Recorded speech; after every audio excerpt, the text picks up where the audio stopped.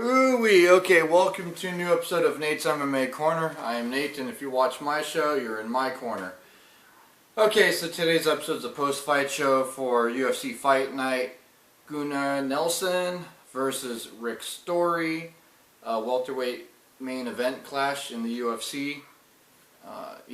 And this was a 4-fight main card.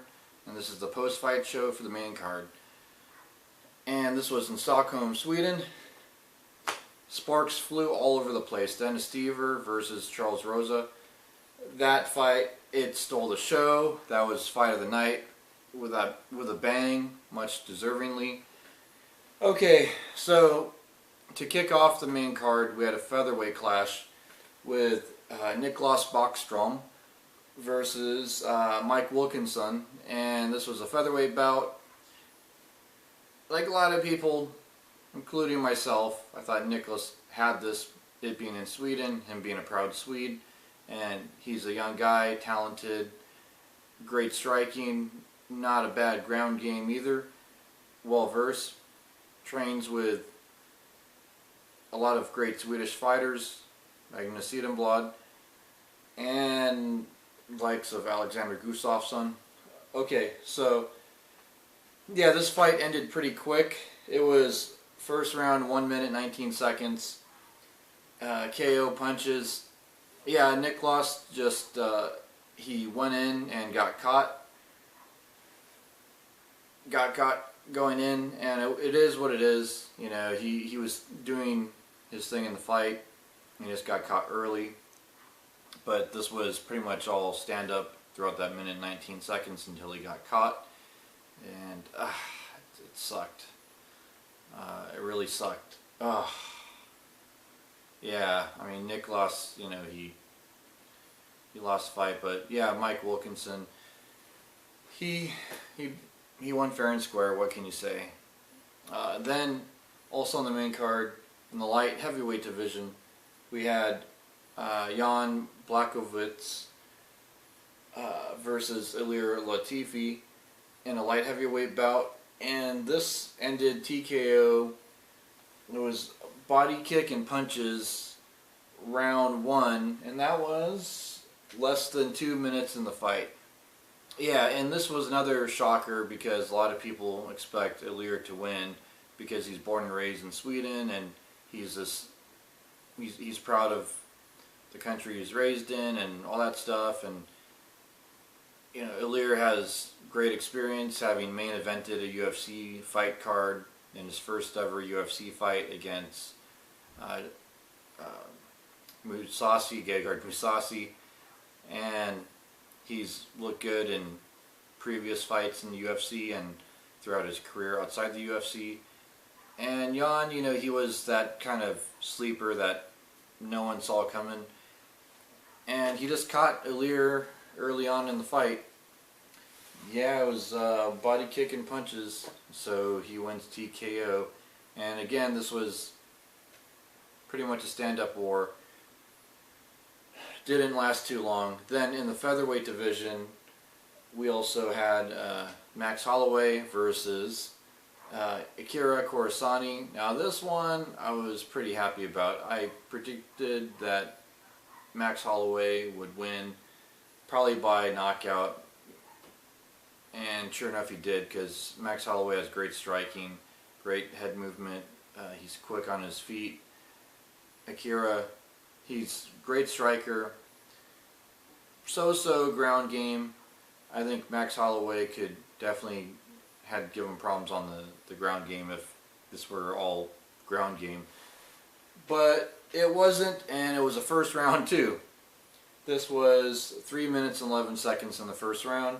It was KO punches, and he got Akira up against the cage and just started teeing off, and then Akira falls, and then he keeps teeing off, and then eventually the ref pulls Max Holloway off, and that ends the fight.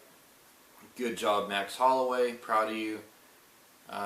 Can't root against a lot of the Hawaiian fighters. I kind of take a liking to Hawaii. Okay.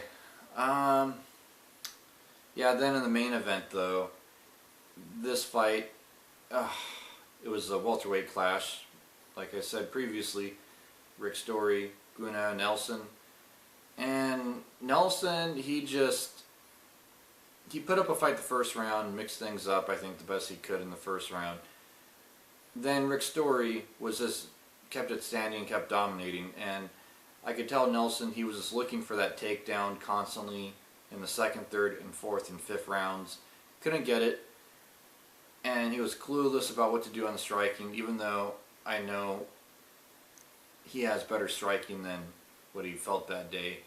I think he needs to believe in his striking. I think he has the tools in his striking arsenal to stand toe-to-toe with a guy like Rick Story, but he just needs to believe in himself. If he can do that and work out the kinks in his game, then if there were ever a rematch with Rick Story, I think he could win. I think Conor McGregor is a good training partner for Nelson, and I think Conor will see what Nelson did wrong and fix him from there. And I think Nelson's next fight, we'll see a new improved version of him, because we've seen Nelson wait for that submission throughout his fights in the UFC, or wait for that big punch or that big moment too much.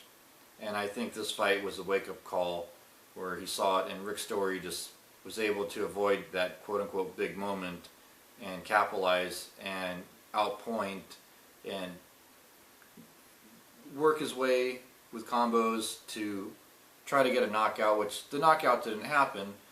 Nelson did a good job running away and keeping his distance at times to avoid getting completely knocked out.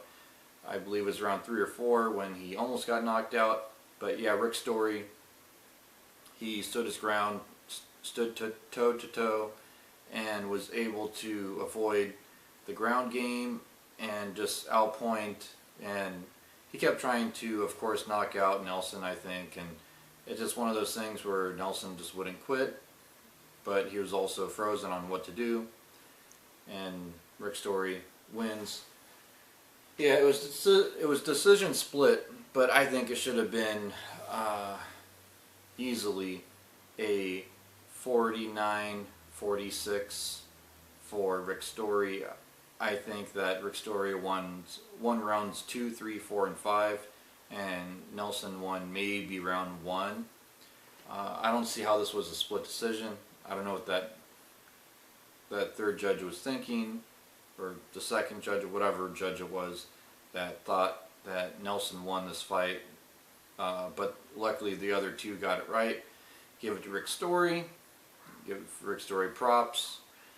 Even though I wanted Nelson to win this fight so bad, but the reality is Nelson did not win. Rick Story is a better fighter that night, and he got the victory. So yeah, in the prelims, had a lot of great fights. Explosions everywhere. Magnesita Blood versus Scott Askren. Yeah, that was a middleweight bout. And yeah, Magnus, he was able to dominate on the ground Scott throughout all 3 rounds pretty much, and just really ground and pound and outpoint Scott. So yeah, Magnus, he's one of the Swedes on the card that was able to pull out that victory. I believe he was the only Swede from that Swedish training camp in Sweden to pull out a victory on this whole card.